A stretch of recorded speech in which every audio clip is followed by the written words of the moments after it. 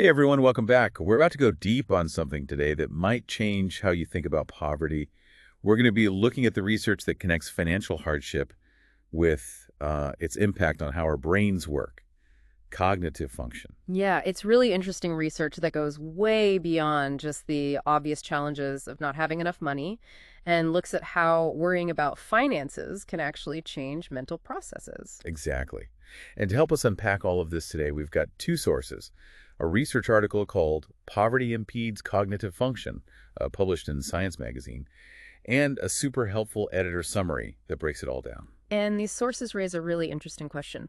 What if the stress of managing limited resources uses up so much mental energy that there's less available for other things? Oh, so it's kind of like when you're trying to run a ton of apps on your phone and everything just starts to slow down because Yeah. there's not enough processing power to go around. That's a great analogy. The research really digs into whether this drain on mental bandwidth, this cognitive tax, as they call it, is a direct result of being in poverty. So we're going beyond the idea that people in poverty just make bad decisions. Like we're looking at whether poverty itself might actually be limiting their ability to think clearly in the first place. That's the core of it, and we're going to look at some really compelling evidence from the studies they conducted to back that up. Awesome. But before we get into all that, I think it's important to touch on what we already know about how poverty and behavior are linked. I mean, there's a pretty clear connection between poverty and things like not using preventative health care enough or having trouble following through on medical treatments, and even things like being late to appointments and struggling to manage money effectively. And the scary part is that all of those behaviors can actually make poverty worse, which can create kind of a downward spiral. Yeah, like one problem just leads to another, making it even harder to break free. Now, there are already some existing explanations for why these patterns exist, right? Some of them focus on environmental factors like not having access to reliable transportation, or maybe predatory lenders being more common in low-income neighborhoods. While others point to individual characteristics like how lower education levels might make it harder to understand complex financial information or make informed decisions. Yeah, those are definitely important factors to consider, but this research adds a whole new angle by suggesting that the mental demands of just being poor, just living in poverty, might actually be the key factor at play. Okay, let's break that down a bit. What do we mean by the mental demands of poverty? Well, imagine constantly juggling limited resources, dealing with unpredictable income, constantly trying to figure out which bills to pay first, having to make really tough choices every single day about what to prioritize. So it's like your brain is constantly having to run these complex calculations just to make ends meet. Exactly. And even when you're not actively making a financial decision, those worries can kind of linger in the back of your mind, taking up valuable mental space. So it's like there's a part of your brain that's just always preoccupied, even when you're trying to focus on other things, work, family, whatever. Does that constant worry actually use up brain power that could be used for other stuff? That's the idea. We all have limited cognitive resources, right? And these financial worries can create kind of like tunnel vision when it comes to attention.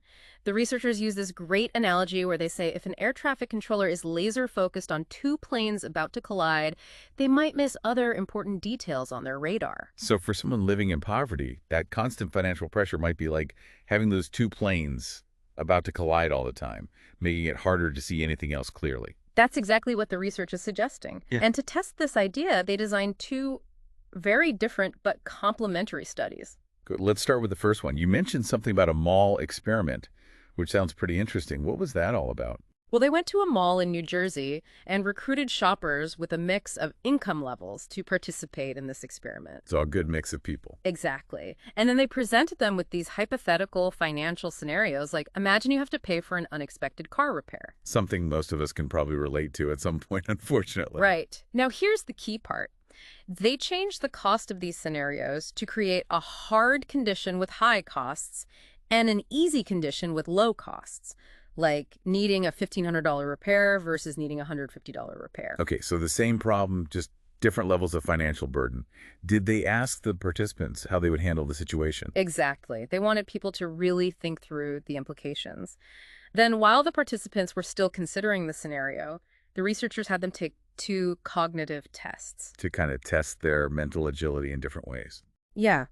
One was the Raven's progressive matrices, which is often used to measure fluid intelligence. So basically, how well someone can think logically and solve new problems. It's less about what you already know and more about how you adapt to new challenges. Gotcha.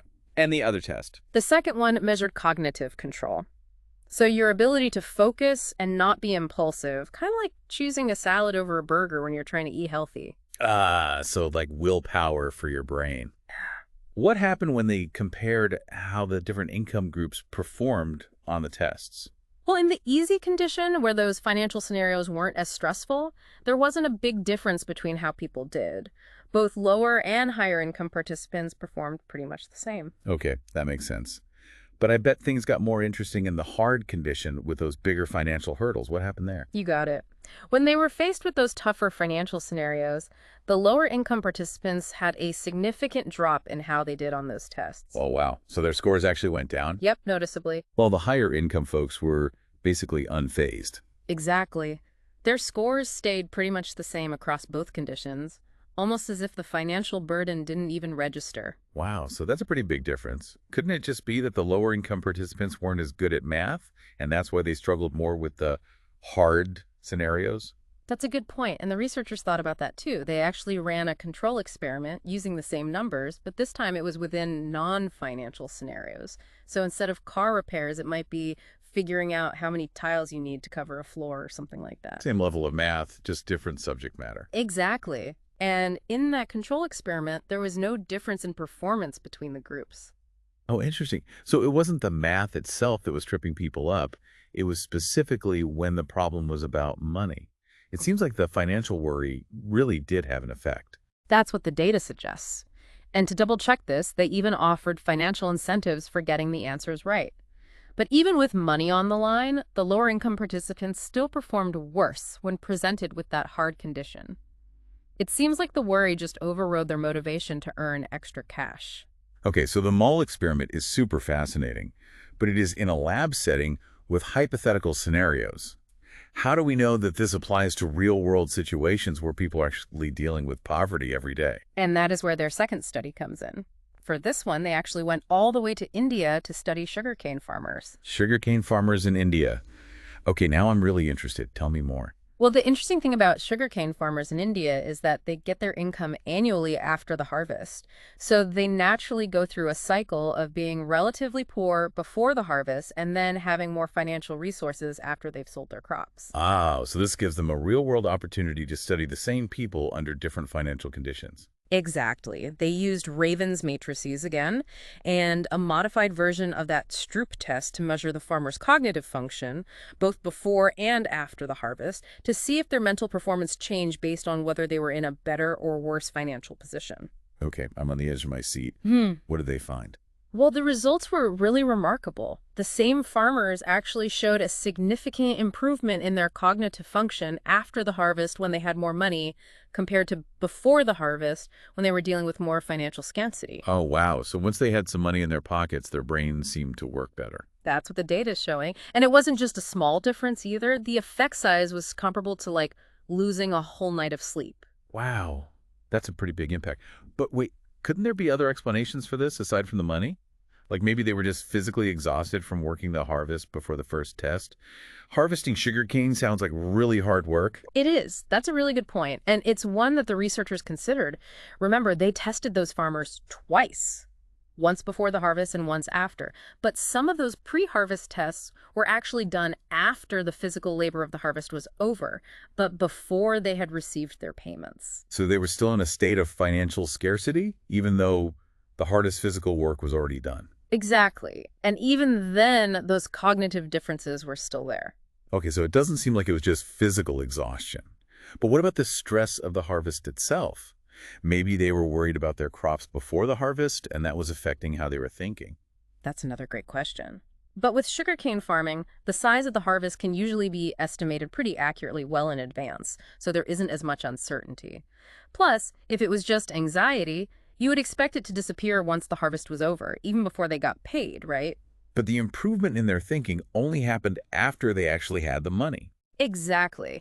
And to be extra sure that it wasn't just because they got better at taking the test the second time around, they also tested a separate group of farmers for the very first time right after the harvest. And these fresh farmers did just as well as those who had already taken the test twice, so it doesn't look like being familiar with the tests was what made the difference. Wow, okay, so we have two very different studies that both seem to point to the same conclusion, that worrying about money seems to directly affect how well our brains work, Hmm. and not just in a lab setting, but in the real world for people who are actually struggling financially. That's right. And that brings up a really important question. If just being poor makes it harder to think clearly, how do we design policies and systems that don't make things even harder for people who are already struggling, especially when it comes to things like getting access to benefits or understanding complicated financial information? And that is where the whole idea of cognitive taxes comes in. Cognitive taxes. I haven't heard that term before. What does it mean? It refers to any mental burden that's imposed by the way systems or processes work, like having to fill out really complicated forms, navigating through all sorts of bureaucratic procedures, or trying to understand new rules and regulations. All stuff that many of us probably take for granted. Exactly. But if you're already struggling with not having enough mental bandwidth because of financial worries, these cognitive taxes become really, really hard to overcome.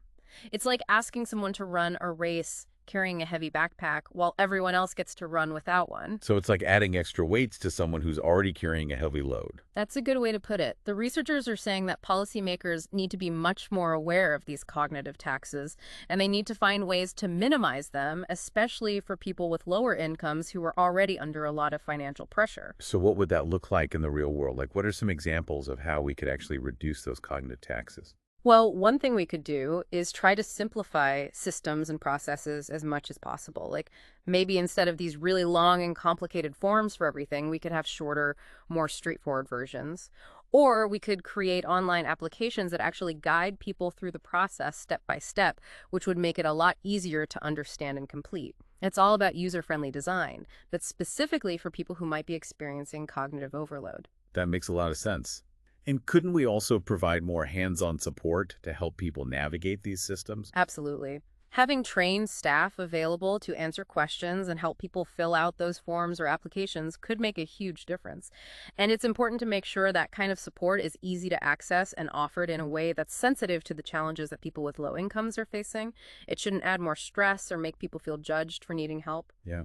It's about meeting people where they are and providing the support they need in a way that feels empowering, not stigmatizing. Exactly.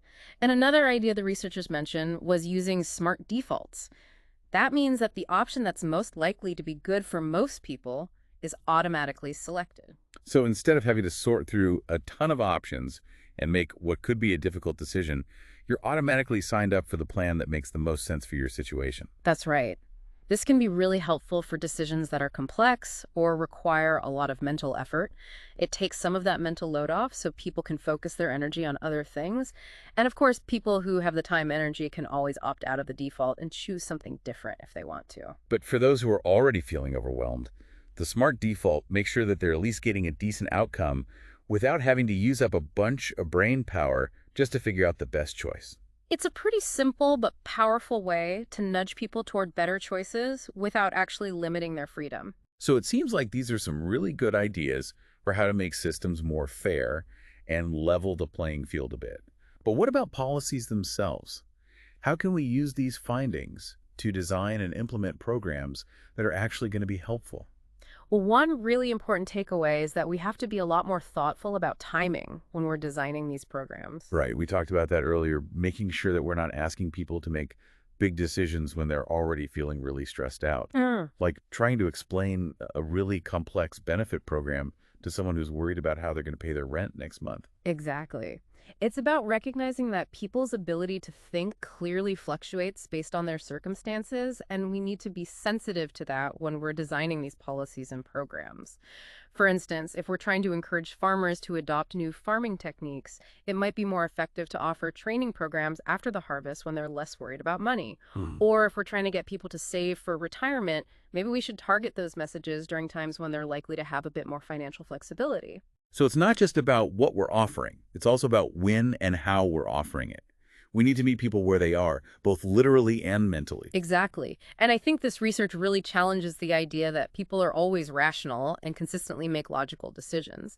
Our ability to think clearly is actually very connected to our emotional state, our stress levels, and yes, our financial situation. So if we ignore those things, we risk creating programs that might be well-intentioned but just don't work.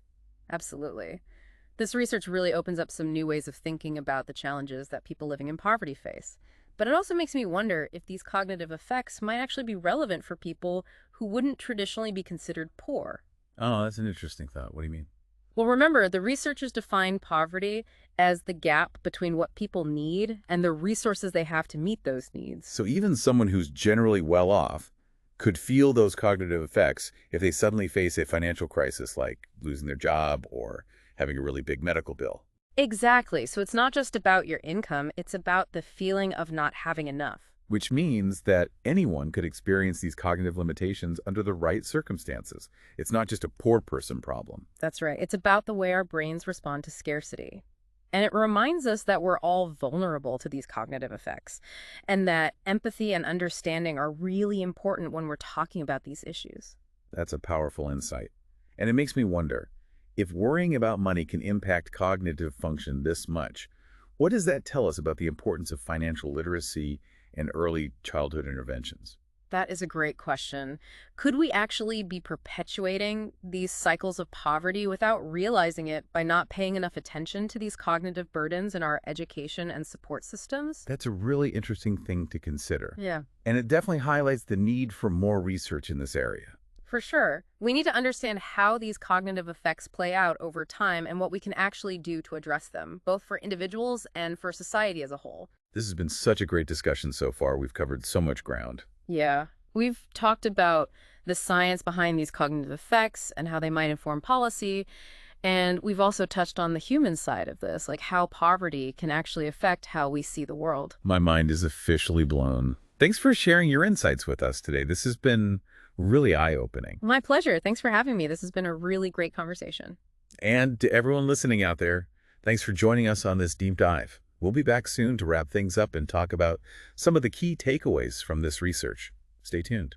One of the things that really stuck with me from those studies is how easy it is to just assume that people are in poverty because of their own choices. It's easy to just look at people who are struggling financially and think, well, if they just made better decisions. Mm. But this research really makes you question that, doesn't it? Like, it suggests that just being in poverty can make it harder to think clearly in the first place. Yeah. And if you look at poverty through that lens, it changes how we understand the challenges that people face. I mean, just imagine trying to plan for the future when you're not even sure where your next meal is coming from or how you're going to keep a roof over your head. Yeah, it's like trying to do a really complicated puzzle where you're juggling flaming torches. There's just not enough mental space for it. That's a great analogy. It shows why just giving people information or financial education might not be enough to really break that cycle of poverty. We have to address the fact that just being poor can make it harder to think in the first place. So it's not just about teaching people how to budget or save money. It's about creating conditions that allow them to actually use those skills effectively. Right. And this is where those cognitive taxes we were talking about come in. If someone is already having trouble managing their money, even simple things like filling out forms or understanding a loan can become a huge mental burden. Yeah, it can feel like every time you have to interact with a system or an institution, it takes a Herculean effort. Like it's draining your energy, and you could be using that energy for other things. Exactly. And that's why those suggestions for making things simpler and providing more direct support are so important. We have to recognize that just being poor can make things way more mentally demanding. I'm starting to wonder if some of the solutions we've been using might actually be making the problem worse. Interesting. You think we might be making things harder for the people we're trying to help? Like, we often talk about personal responsibility when it comes to finances, right? Right. But if poverty itself is limiting someone's ability to think clearly, are we holding them to a standard that they can't actually meet? It's a tough question. But I think this research definitely challenges us to rethink how we view poverty and the solutions we come up with. And it highlights the importance of empathy. Yeah. We need to move past those pull yourself up by your bootstraps ideas and recognize that poverty can create real barriers to thinking clearly. So if we want to create policies and programs that actually work, What are some specific things we can do based on what we've learned? We've talked about simplifying systems and offering more support. What else can we do to address these cognitive barriers? Well, one area we should focus on is financial literacy, but not just in the traditional sense of teaching people how to balance a checkbook. We have to go deeper than that. So it's not just about giving people information, it's about teaching them how to handle money even when they're stressed and overwhelmed. Right. Imagine a financial literacy program that not only teaches people how to budget and save, but also teaches them how to manage stress, how to set goals, and how to make decisions when things feel really chaotic. It'd be like a mental gym for managing your finances. Not just what to do with your money, but how to think about money in a way that makes you feel more in control. Exactly. And this kind of approach would be even more powerful if we start teaching these things early on. You're talking about working with young kids, early childhood interventions. Exactly. We know that those early years are super important for how our brains develop. So if we give kids the tools and skills they need to understand money, it can have a big impact on their lives down the road. So we'd basically be stopping poverty before it even starts by investing in the next generation's ability to think clearly about money. Right. And it's not just about teaching them basic math. It's about giving them the mental tools to navigate a world where not having money can make things so much harder. This is really making me think differently about how we approach poverty. It's not just about money. It's about building people's capacity to think and make good decisions, even when things are tough. And it's about recognizing that the effects of poverty go way beyond just the material stuff. It can affect how people think, how they feel, and how they interact with the world around them. Yeah. Which means that our solutions have to be just as complex and go beyond simple fixes. We need to think about the economics, the social aspects, and the mental and emotional aspects of poverty if we're going to make a real difference. You're absolutely right. This research shows us that poverty is a complicated issue, and our solutions have to be just as complicated to be effective. We've talked a lot about the challenges, but I'm also curious about the possibilities. Like, if worrying about money can make our brains work less efficiently, does that mean that improving someone's finances could actually make them think more clearly? That's a great question, and it's something that researchers are really starting to investigate.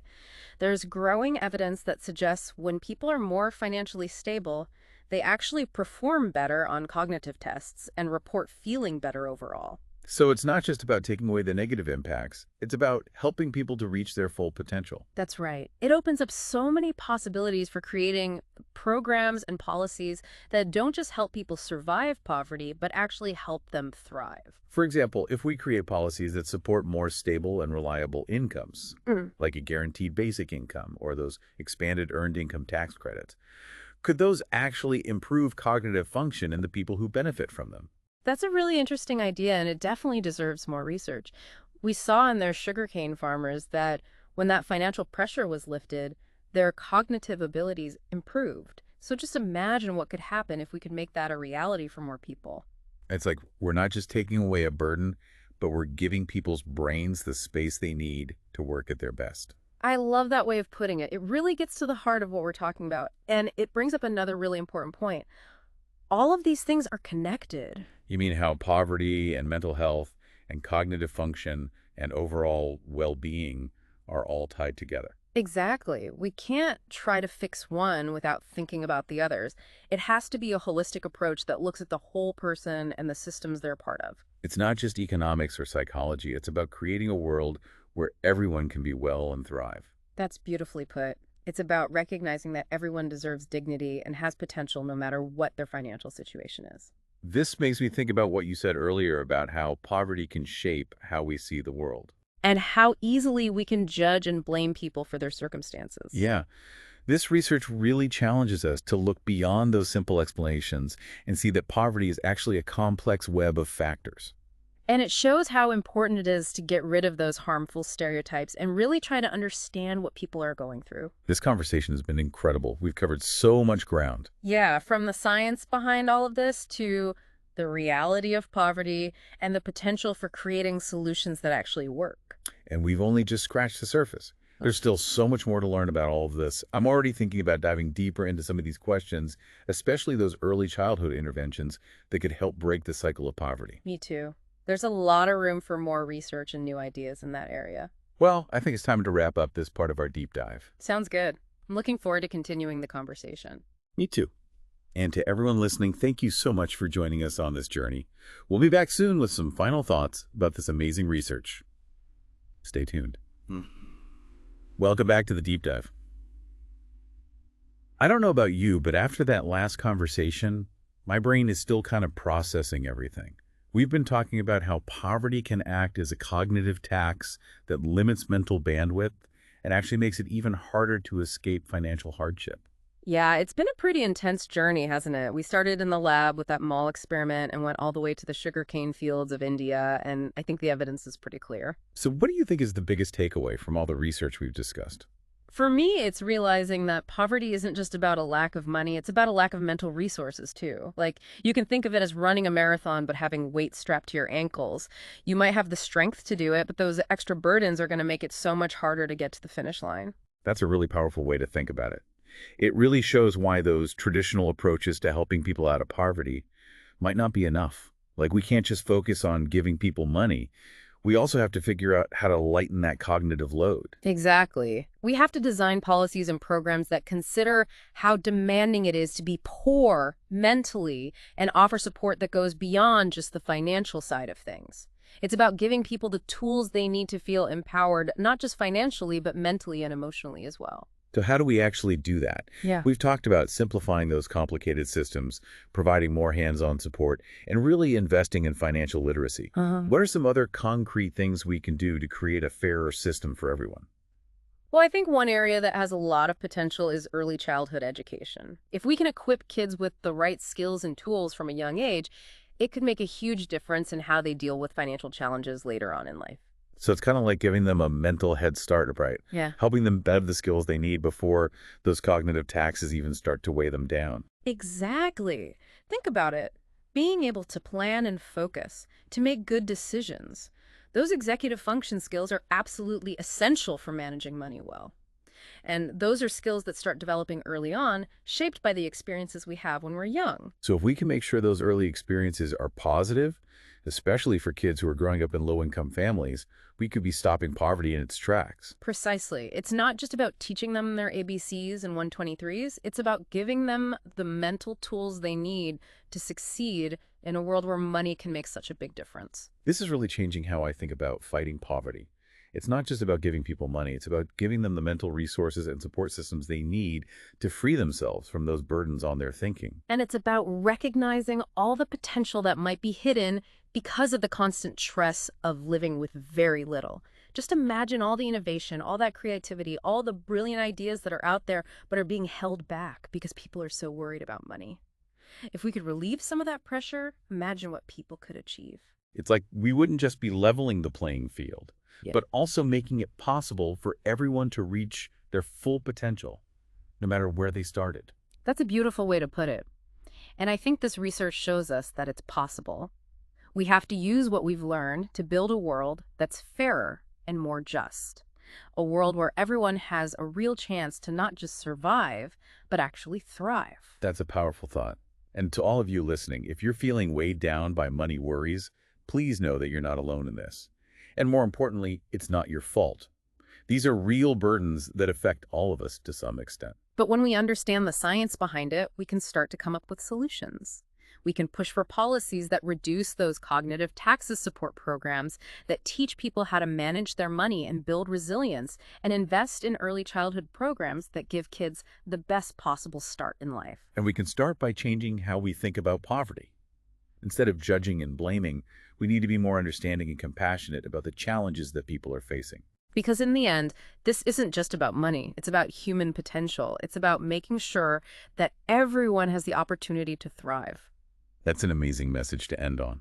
Thank you so much for joining us for this deep dive into the connection between poverty and how our brains work. We hope this conversation has given you new things to think about and inspired you to look at these challenges in a new way. It's been a pleasure being here with you today. And to all of you listening, keep those mental gears turning. Remember, knowledge is power, especially when we're trying to build a better world for everyone. We'll see you next time on The Deep Dive.